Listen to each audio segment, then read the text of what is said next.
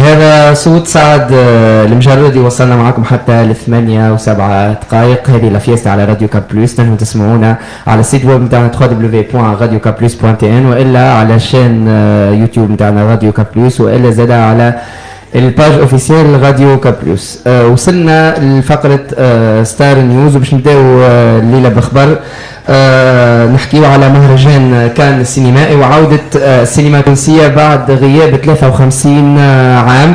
فيلم بنات ألفة، الفيلم بطولة هند صبري، آية الشيخاوي ونور قروي، إشراق مطر ومجد مستورة، ومن إخراج كوثر بن هنية. كما قلنا الفيلم هو يتسمى رجوع للسينما التونسية لمهرجان كان بعد غياب أكثر من 53 سنة.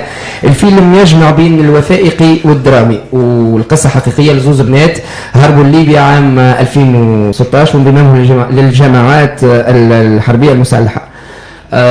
في تصريح للفنانة هند صبري قالت انها فرحانه بتواجدها في المسابقه الرسميه اللي تعتبر من المسابقه الرسميه اللي تعتبر من اهم مهرجان سينمائي في العالم. وفرحانه اكثر لانه هي المشاركه الثانيه لها بعد 14 سنه من مشاركتها الاولى، وهي سامحوني هي عمرها 14 سنه من اللي شاركت مشاركتها الاولى في مهرجان كان السينمائي اللي كان عندها 30 عام. فهي تعتبر انه مشاركتها الثانيه هي بعد نضوج وبعد خبره كبيره اكتسبتها في تونس وفي العالم العربي كله، وانها محظوظه بالمشاركه هذه خصوصا بعد ردود الفعل الايجابيه اللي خذاها الفيلم من النقاد ومن حتى المشاهدين. بنات ألفة في مهرجان كان السينمائي. نحكي زادة على دراما تونسية وعلى مسلسل جبل الأحمر اللي تعرض رمضان اللي فات على الوطنية الأولى، واللي صارت عليه برشا حكايات، واهمها انه تنحى منه برشا مشاهد، تنحى منه 4 حلقات الاخيره دون علم المخرج ودون اعلام المتفرجين، الشيء اللي خلى الناس تستغرب وتحب تعرف سبب قطع بث الحلقات. ما عرفوش علاش قطعوها، يمكن لظروف انتاجيه او لغير ذلك. وغير السنسره اللي تعاملت على برشا مشاهد في المسلسل على حسب كلام المخرج ربيع التكالي.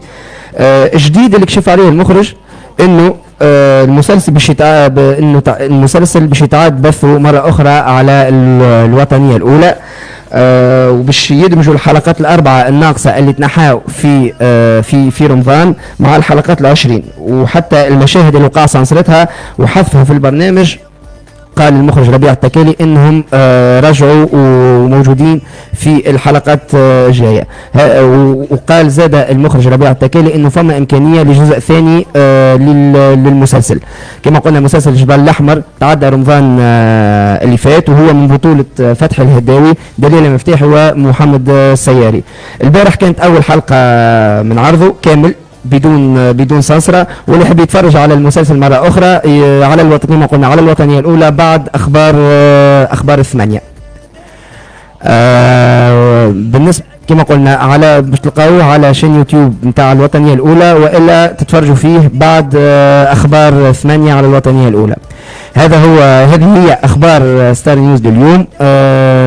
مازلنا عنا برشا فقرات أخرين، بعد شوية باش نستقبلوا معنا ضيف لافيستا باش تعرفوه شكون إن شاء الله. وتوا نرجعوا مع الموسيقى. معكم أشرف كوتي، ميكرو بشير العزابي في الإخراج الرقمي.